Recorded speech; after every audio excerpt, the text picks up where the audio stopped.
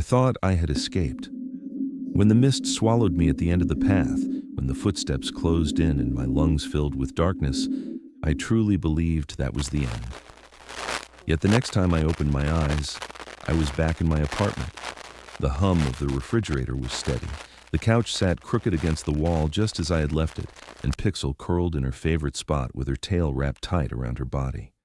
For one breathless moment, I felt relief so powerful it made me dizzy. The path was gone, the rules were gone, and maybe it had all been a nightmare carved into my skull by exhaustion. But then Pixel lifted her head and stared at me. Her pupils were too wide, consuming her green eyes until they looked like pits of ink. When she opened her mouth, no sound came at first, only a long hiss of air, and then a voice spilled out, my own voice, broken and distorted. "Remember, Michael." I stumbled back so hard I hit the wall, clutching my head, telling myself I was hallucinating. When I blinked, Pixel was gone. Not dead, not asleep. Gone. The couch was gone. The walls were gone. My apartment dissolved like smoke, and the ground beneath me hardened again into black glass. I was back on the path. I screamed, though the sound didn't echo. It felt like the air swallowed my voice before it left my throat. My hands shook as I patted my pockets, desperate to find the crumpled paper. And there it was, as if it had never left, smooth and whole, the 7 red rules etched across it like fresh wounds. But my stomach twisted when I saw the bottom of the page. A new line had been scrawled beneath the 7th rule, in handwriting that didn't look human. Rule 9. When the path opens inside you, it never closes. I wanted to tear the page apart again, to burn it, to destroy it in any way possible. But I remembered what happened the last time I tried. The fragments had turned to ash and vanished into the mist, only to return, stronger, heavier, binding me tighter. So I folded it back into my pocket and forced myself to breathe, to think, to accept that I hadn't escaped. The path wasn't something I could walk away from. It had followed me. Worse, it had infected me. The mist pressed close around me, curling like fingers over the ground. I thought about retracing my steps, going back toward where the gate should have been, but when I turned, there was nothing. No desert, no sky, no horizon, just endless black fog. Forward was the only direction left, so I walked. Every step felt heavier, as though the path resisted me, dragging at my legs. My body ached, my mind reeled, but something inside whispered that if I stopped moving, the path would consume me whole. The silence returned too, thick and suffocating, but underneath it I thought I heard faint murmurs. They weren't footsteps this time. They were voices, my voices, a chorus of every word I had spoken on the path, repeating back to me in broken fragments. "Don't turn. Close your eyes. Remember? Never touch the sigil." I pressed my hands against my ears, but the voices kept bleeding through. I knew then that the path wasn't just outside, wasn't just beneath my feet. It was inside my head, digging through the memories I had tried to bury, pulling them to the surface like worms through soil. The worst part was that it wasn't showing me new horrors. It was showing me things I already knew, things I had chosen to forget. The rules had been warnings, the rules had been locks, and one by one I had broken them. Now I was standing in the cage they had kept sealed, and the monster inside wasn't something waiting on the path. It was me. I kept walking until my legs threatened to give out, until the mist thinned just enough to reveal faint shapes ahead. At first I thought they were more lamps, crooked poles standing watch, but the closer I got, the clearer they became. Gates, iron gates rising from the black glass, towering and jagged, each one chained shut with links thicker than my arm. There were 3 of them, lined in a row, each taller than the last, their bars slick with some liquid that dripped into the ground. My breath caught in my throat. The first rule carved across the paper lit up in my mind like fire. Never speak of what lies beyond the 3rd gate. I had thought it was nonsense when I read it, a metaphor, a scare tactic. But now, seeing those gates stretching into the mist, I knew the path wasn't playing games. It had rules because there were things here that could never be named, never be remembered, never be let out. and I was standing at their threshold. The silence grew deeper, and I realized I had stopped breathing. My lungs refused to pull in air, as though the gates themselves were holding me in suspension. Then, slowly, the first one creaked. The chains rattled, groaning under pressure, and a sound seeped through, a low, guttural moan that vibrated through the ground and up my spine. My legs locked, my teeth clenched, and I couldn't move. All I could do was watch as the iron strained and something pressed against it from the other side. I wanted to scream, to run, to wake up, but deep down I knew the truth. I wasn't asleep. I wasn't dreaming. This was what I had agreed to guard, whether I understood it or not, and the path wasn't going to let me go until I remembered all of it. The gates loomed in the mist, each one breathing like a lung, chains groaning as if they were not holding something shut, but holding reality itself together. My hand went to my pocket, desperate for some kind of anchor, and I pulled out the paper again. I expected the same 7 rules staring back, the same blood-red script that had already carved itself into my memory. But the paper wasn't the same. The edges were wet, pulsing faintly like skin, and the letters twisted before my eyes, shifting as though they were being rewritten in real time by an invisible hand. The original rules were still there, but blurred, smeared, almost unreadable, as if the path itself was erasing them from existence. In their place, new lines crawled across the page, jagged strokes forming sentences I wished I couldn't read. Rule 10. Do not tell them what you remembered. Rule 11. Do not look when your reflection speaks. Rule 12. When the path spreads, there is nowhere left to run. My stomach churned as I stared at the words, each one pressing against me like a weight. These weren't warnings meant to keep me alive anymore. They were restraints meant to control me, to bind me tighter than before. I blinked hard, hoping the words would fade, but instead the paper pulsed again and another line scrawled itself across the bottom. Rule 13. You are not the only one walking. My blood ran cold. I jerked my head up, scanning the mist around me, half expecting to see figures already closing in. But there was nothing. No footsteps, no shadows, only that crushing silence pressing against my ears.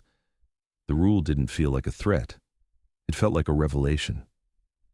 I wasn't alone on the path, and maybe I never had been. The more I stared at the paper, the more the words began to shift in ways I couldn't comprehend. The letters rearranged themselves, spelling out fragments of things I remembered from the sigil. White walls, wires, the phrase, Subject MB resists suppression. I felt bile rise in my throat. The rules weren't written by some ancient guardian or mystical force. They were written by whatever had done this to me, whoever had carved the path into my head. And now the rules were changing, because I had broken too many of them, because I was remembering too much. I tried to steady my breathing, but the more I focused on the page, the worse it became. My name began to appear between the lines, scratched into the margins over and over in the same red ink. Michael. Michael.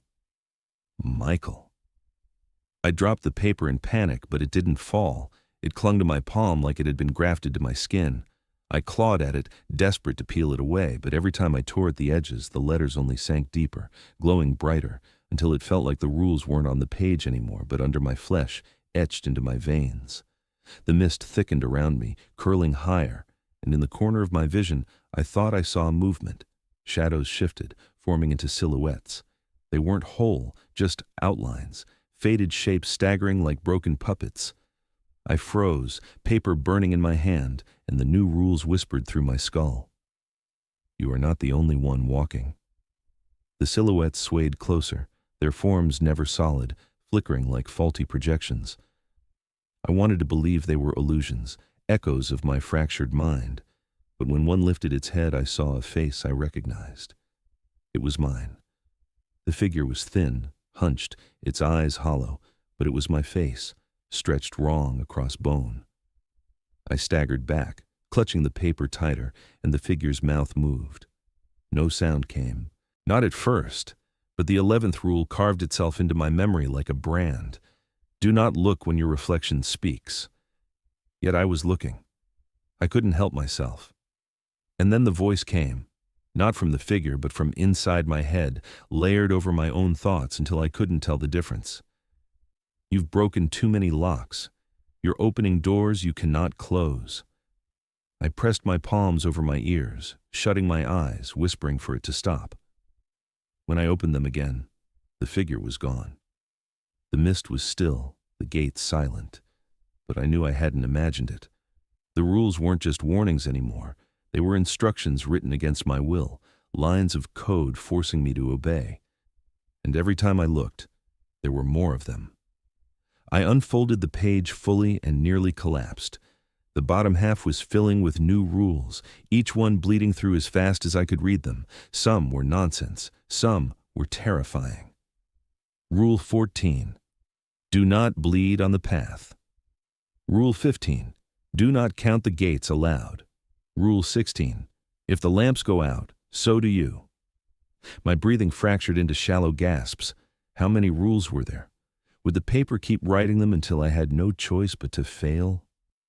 I shoved the paper back into my pocket, squeezing my eyes shut, but the words still burned in the back of my mind. I realized then that the path wasn't static. It wasn't some eternal place with fixed laws. It was alive, changing, feeding off me. The more I remembered, the more it grew, twisting itself around my thoughts until it no longer needed the paper. The rules were becoming me. I don't know how long I stood there trembling, fighting the urge to rip the paper out again and check if more had appeared. But eventually, the silence broke. Not with footsteps, not with voices, but with a sound so deep it felt like the world itself was cracking. A low drumbeat rolled through the mist, ancient and heavy, and the gates ahead shuddered as though the sound was calling to them. My heart sank. I wasn't sure if the path was punishing me or if something else was answering. Either way, I knew the rules wouldn't protect me for long. The drumbeat rolled through the mist again, low and steady, shaking the ground beneath my boots. It was not a sound that belonged to the desert. It was the kind of sound that lived inside bone, deep and ancient, rattling the marrow until every part of me wanted to collapse. I clutched the paper in my pocket even though I didn't want to look at it anymore. The rules were no longer instructions. They were alive, crawling through my veins, rewriting themselves faster than I could keep track.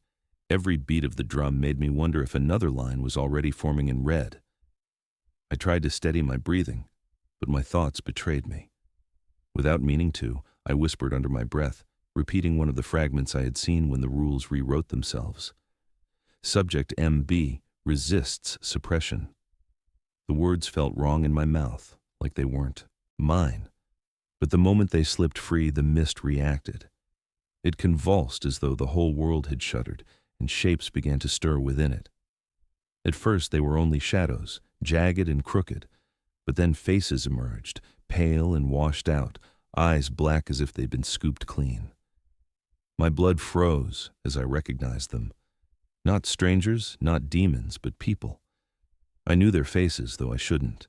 A cashier I had seen once at a corner store, a bus driver from years ago, a man who sat across from me on a train. Their images flickered, unstable, but I recognized them all, and in that recognition came the horror. They had been guards before me. They had walked the path and failed. Now they were nothing but fragments, memories caught in the fog, half erased but still whispering. Their mouths opened and the whispers poured in, not in language, but in fragments of my own thoughts thrown back at me. Close your eyes. Don't turn. Don't bleed on the path. The rules twisted in their voices until I couldn't tell if they were warnings or mockery. My legs wanted to run, but the ground trembled beneath me, and every shadow turned its hollow eyes on me at once. Then one of them stepped forward. It was a man, tall and gaunt, his face hollowed and gray, but his movements too familiar. His gait matched mine. His head tilted the way mine did when I tried to steady my breath. My stomach turned as I realized I was staring at another version of myself, one stripped bare, one left to rot in the mist. He opened his mouth and I expected silence, but this one spoke clearly. You remembered aloud. You breached it. Now it knows. I shook my head, denying the words, but he stepped closer, and the rules pulsed inside me, screaming. Rule 10. Do not tell them what you remembered. I had broken it. By whispering that fragment, by letting it escape my lips, I had done the one thing they told me never to do. I had told them. I had given the path a key. The shadows reacted at once. The mist surged forward, wrapping around my legs, pulling at my body with icy hands. I fought to wrench free, stumbling backward, but the fog had weight now, dragging at me like chains. The chorus of voices grew louder, my own voice layered over itself in 1,000 variations, all chanting the same word. Michael, Michael, Michael. Each time they said it, I felt weaker, less certain of which Michael I was. My memories flickered. I couldn't remember my apartment, couldn't remember if Pixel was real or if she had ever been real. I dropped to my knees, clawing at the ground, but the glassy surface only reflected a dozen different versions of me, each one screaming, each one tearing at their own skin as if something beneath it wanted out. I wanted to close my eyes, to pray, but the shadows pressed closer, their mouths stretching open too wide, voices spilling through in words that weren't human. They spoke in memories, my memories. I heard my mother's laugh, my father's, cough, the voice of a teacher calling my name. Fragments of my life cut and stitched back together until they didn't make sense. I screamed at them to stop, and for a moment they did. The mist drew back just enough for me to see the path ahead. But what lay on it wasn't a road anymore. It was a door, a massive door carved into the ground itself, covered in the same sigils I had touched before. It pulsed with every beat of the drum, glowing faintly, calling to me. And I knew instantly what it was. The first breach. The path wasn't just inside me now. It was opening outward. Whatever I had remembered, whatever I had spoken aloud, had triggered something bigger than me. The gaunt version of myself lifted its head again, hollow eyes fixed on mine. Containment will fail, it said. They can't suppress you anymore. The door's opening, and once it does, you will not walk out alone. Then it smiled, a broken, jagged smile that didn't belong to my face, and dissolved into the mist. I was left on my knees, shaking, staring at the door carved into the path. The rules pulsed again in my pocket, burning against my skin, but I didn't dare look. I already knew what it would say. Another rule, another lock I couldn't keep. My hand trembled as I pressed it against the glowing surface of the door. It was warm, alive, and beneath it, something stirred. I whispered to myself, though I didn't mean to. If I open this, I won't come back. The words were mine, but they didn't sound like me anymore. And in the silence that followed, the drumbeat rolled once more, louder than before, as though something on the other side had heard me and was laughing.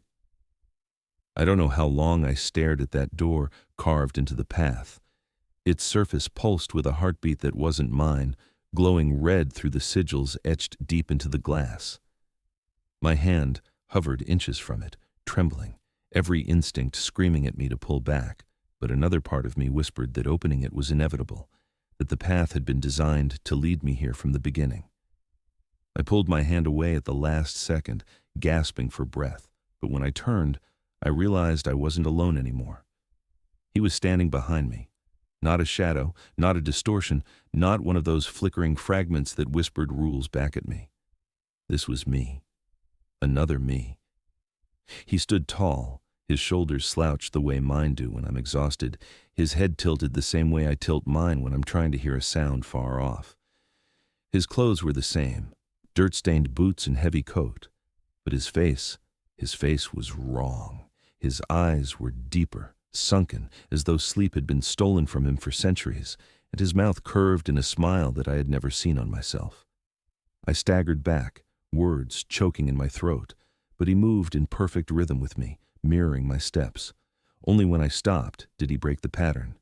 He tilted his head further and spoke. His voice was mine, but older, old, broken, raw. I broke them all, he whispered, every rule, and I know what waits at the end. My chest tightened. I wanted to deny him, to tell myself this was just another trick of the path, another hallucination meant to drive me mad. But his eyes locked on mine, and for the first time, I realized this wasn't a distortion. This was a version of me that had walked further than I had, one who had failed and lived long enough to remember what I wasn't supposed to. He took a step closer. I fought the urge to retreat, but his presence pushed against me like a tide. "You think you're still in control?" he said, his words cutting sharp and deliberate. "You think you can cling to rules that you can resist. But the rules aren't there to protect you. They're there to measure how long it takes before you break." I shook my head, whispering, "You're not real."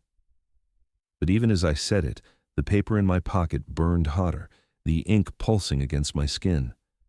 I pulled it out with shaking hands, desperate to see for myself, and nearly collapsed when I saw the fresh lines scrawled across the bottom. Rule 11. If you speak with your reflection, you will not leave whole. The words seared into my mind, but it was too late. I had already listened. My double smiled wider, exposing teeth that looked too sharp, too uneven to be mine. "Do you understand now?" he asked. "Every time you break one, you're not punished. You're changed. A piece of you is carved away, given to the path, and something else grows in its place. Do you want to know what I lost first?" He raised his hand, pressing his fingers to his chest. "My name? Do you even know yours anymore?" The question struck deeper than any threat. My mouth opened, but the name caught in my throat. I tried to say Michael, but the sound faltered, fractured into static, as if my own tongue rejected it. My double chuckled, low and rasping, shaking his head. "You don't. You can't. They took it the moment you agreed to walk." He stepped closer, close enough that I could smell the rot on his breath, and whispered, "You've been here before. You always come back. You always break the same rules. And every time you do, the path learns more of you, until there's nothing left but versions of me." The mist swirled around us, thickening, forming half-visible mirrors that reflected not one me but hundreds, each twisted in small ways, one with bleeding eyes, one with broken limbs, one smiling too wide, one clawing at its own skin. I spun in place, heart pounding, watching the reflections stretch into infinity. My double raised his arms as though to welcome me. "Look around. This is the truth. The path isn't outside. It's a hall of you. Every version, every breach, every failure, lined up like exhibits in a museum of your own damnation." I wanted to scream, but the mist swallowed the sound before it left my throat. My knees buckled, and I collapsed, clutching the paper like it was the only thing tethering me to myself. The rules blurred, more lines bleeding onto the page, each one crueler than the last. Rule 12. When the path spreads, there is nowhere left to run. Rule 13. Do not trust the one that wears your face. I stared up at him, my reflection, my doppelganger, my ghost, whatever he was, and he grinned wider as the new rule formed. "You see? It's already too late. You trusted me the moment you listened, and now a part of you belongs to me." I could feel it, the splitting, the tearing sensation in my chest, as though something inside me was being pulled loose, siphoned away into the mist. My double's eyes gleamed as his form grew sharper, more solid, while my own reflection in the nearest glassy surface grew faint, washed out. He was taking me. I screamed, tearing the paper in my hands, shredding it into strips, but the pieces hovered in the air, glowing bright before sinking into my skin like molten metal. The rules weren't on the page anymore. They were inside me. I could feel them pulsing, binding, burning. My double leaned close, his lips brushing my ear. "You can walk further now," he whispered, "but you will not leave whole. None of us ever do." The mist roared as if in agreement, and the door behind me pulsed brighter, sigils flaring like veins of fire. My vision blurred as the world tilted, and when I looked again, my double was gone. But his words lingered, carved into my skull, echoing with every step I took forward. The door behind me pulsed like a living thing, each beat of its glowing sigils syncing with my own heart, until I couldn't tell which belonged to me anymore. I tried to back away, but the mist tightened around my legs, pulling me forward inch by inch, forcing me closer to the threshold. The ground beneath me shuddered, glass cracking under my boots, and I realized that the path itself wasn't solid anymore. It was opening. It wanted me to fall. I pressed my hands to my ears as the drumbeat swelled, but it wasn't just sound anymore. It was a command, ancient and unyielding. The chains on the gates rattled and groaned, iron straining as though whatever they had been built to hold was pushing harder now. My double's words echoed in my mind. The rules don't protect you. They measure how long before you break. And I knew I had already broken too many. The mist surged upward, blinding me, and when it cleared, the path was gone. I was standing at the edge of a vast chasm. The black glass split open into a jagged wound in the earth.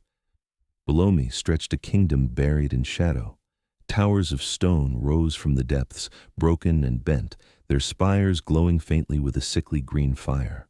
Walls crumbled into ruin, bridges stretched across the void only to vanish into fog, and deep within it all, something vast moved. Shapes too massive to comprehend, writhing beneath the surface like beasts dreaming in the dark. My breath caught in my throat. I wasn't supposed to see this. The first rule screamed inside me. Never speak of what lies beyond the third gate. This was it. This was what the rules had tried to hide. The forgotten kingdom. The place, even the path, feared. The air down there was heavy, damp, thick with the stench of rot and old iron. Faint sounds drifted up, drums echoing through hollow halls, voices chanting in a language older than memory. I felt my knees weaken, my body wanting to collapse under the weight of what I was witnessing. I whispered to myself that it wasn't real, that this was another hallucination, another punishment carved into my mind. But the rules didn't lie. They twisted, they changed, but they never lied. The kingdom was real.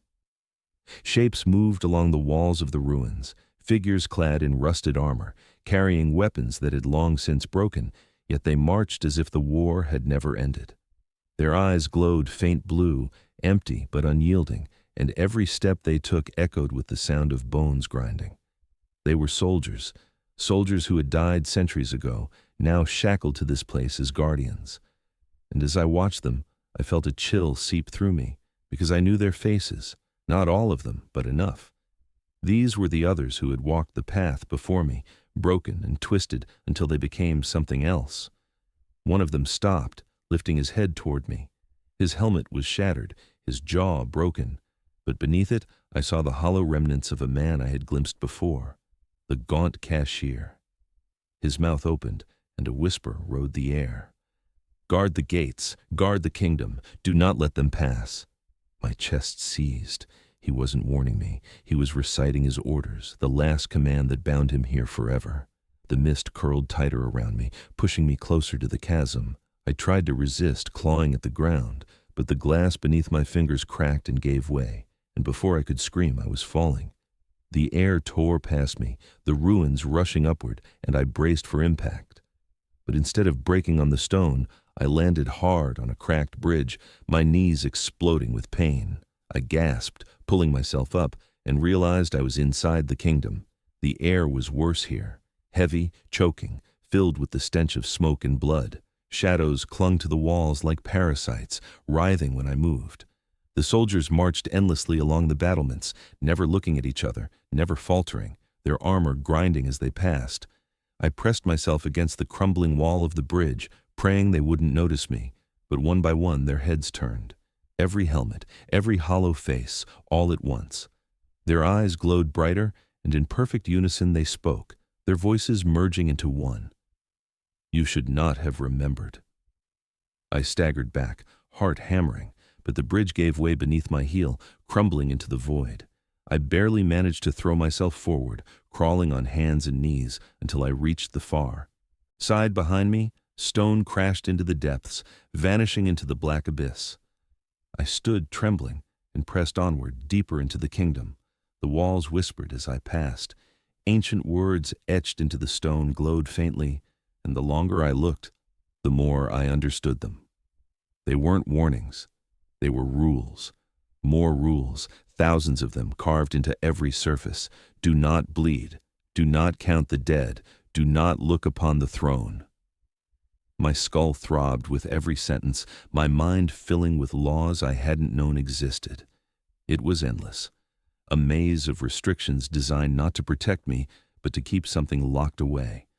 I reached a courtyard, and in its center stood a throne carved from black stone, taller than the towers around it. Chains hung from its arms, rusted and slick, with something that wasn't rust, and sitting upon it was a figure draped in tattered robes, its head bowed. The air grew colder the closer I stepped, until my breath came out in sharp white clouds. I wanted to turn, to run, but my legs betrayed me, pulling me forward until I stood at the foot of the throne. The figure lifted its head. Its face was shrouded in shadow, but the outline was unmistakable. It was mine. Another me, older than any of the others, eyes hollow, lips cracked into a grin. The chains rattled as he leaned forward, his voice spilling like ash. You've walked far, Michael. Farther than most. But you've seen what cannot be unseen. You've remembered what should have been buried. I shook my head, whispering, I don't want this. I just want to leave. The figure chuckled, deep and hollow. There is no leaving. There never was. The path ends here, at the throne, and the throne must always have a keeper. My stomach dropped. I wanted to deny it, to scream, but the rules pulsed inside me, glowing hot. A new line seared itself across my mind, though I didn't need the paper to read it. Rule 17. Do not sit upon the throne. And yet, as the chains unraveled and the figure rose, I knew what the path wanted. It wanted me to take his place. The figure that wore my face rose slowly from the throne, the chains dragging against the stone like metal claws across bone. His grin widened as though he had been waiting centuries for me to arrive, and the weight of his presence pressed against my chest until I could barely breathe. My knees shook, my instincts screaming to run, but there was nowhere to go. The courtyard walls stretched into mist, endless and shifting, and the soldiers on the battlements turned their heads in unison to watch. Their hollow eyes glowed brighter, their voices rising into a chant I couldn't understand, yet every syllable lodged in my skull as though I had always known them. The figure stepped down from the throne and stopped in front of me. His skin was gray, cracked like dry earth, but his eyes were alive, too alive, burning with something that wasn't human. He leaned close until his lips nearly brushed my ear. It spreads when you remember. And you have remembered too much. His breath was cold and sour, filling my lungs as if he were already inside me. I stumbled back, but my heels struck the base of the throne. The ground vibrated under my weight, and new cracks splintered through the courtyard. Green fire bled from them, rising into the mist, and the soldiers' chant grew louder, echoing like 1,000 voices stacked on top of one another. I looked down and saw the paper in my hand again. I didn't even remember pulling it out, but there it was, pulsing like a living heart, and new lines had already written themselves in blood-red ink. Rule 18. Do not approach the throne. Rule 19. When the breach expands, the path will follow you home. My throat closed. I had broken both. The figure on the throne laughed, a sound so deep it shook the stone around us. His body began to unravel into mist, dissolving into the cracks that had spread across the ground. The chains rattled once more before they too sank into the earth, leaving the throne empty. For a heartbeat, silence returned, and then the world split open. The courtyard dissolved into shards of glass, each one reflecting a different version of me. Some screamed, some bled, some begged for release. They fell into the cracks below, vanishing into the green fire, and the mist surged upward like a tidal wave. My ears filled with static, my skin burned, and when I looked at my arms, I saw sigils carved into them, glowing faint red, pulsing in rhythm with the throne. I tried to scrub them off, clawing at my flesh until blood welled beneath my nails, but the rules were no longer ink. They were etched into me, permanent, binding. The soldiers marched forward, their boots pounding in perfect unison, their hollow chant shaking the ruins. I turned and ran, but the path stretched in all directions now, splitting and twisting into corridors lined with mirrors. In each reflection, I saw myself, distorted, older, younger, broken, all of them watching me with dead eyes. Some whispered warnings, some laughed, and one reached through the glass, its hand grazing my arm before I tore away. My skin burned where it touched me, another sigil searing itself into place. I don't know how long I ran. The mist bent space, dragging me in circles, but eventually I found myself back at the edge of the chasm where it had all begun. The door carved into the path loomed before me again, its sigils burning brighter than ever. The drumbeat thundered so loud it felt like my ribs would shatter. And then the door opened. Light spilled through, red, violent, alive. Shapes writhed within it, shadows of things that should never walk, claws scraping against stone, wings tearing the air. They surged forward, but the mist held them back, chains of smoke and fire snapping tight. For now. Only for now. I knew the breach wasn't fully open yet, but it was opening, and it was because of me. I collapsed, gasping for breath, clutching the paper as if it could still save me. My eyes blurred with tears as another line burned itself across the page. Rule 20. Do not write what you have remembered. I laughed, broken and bitter, because I had already done it. Every word of this, every confession, every memory I had scratched into existence was another breach, another door opening wider. The mist shifted, and for a heartbeat I wasn't in the kingdom anymore. I was back in my apartment. The fridge hummed, the couch sat crooked, and Pixel leapt onto the table with her tail swishing. Relief crashed through me, but it was poisoned with dread. Her eyes met mine, pupils swallowing her irises until they were pools of black. She opened her mouth, and in my own voice, perfectly mirrored, she whispered, "Michael, it's time to remember the rest." The fridge stopped humming, the lights flickered, and in the reflection on the window behind her, I saw the throne burning.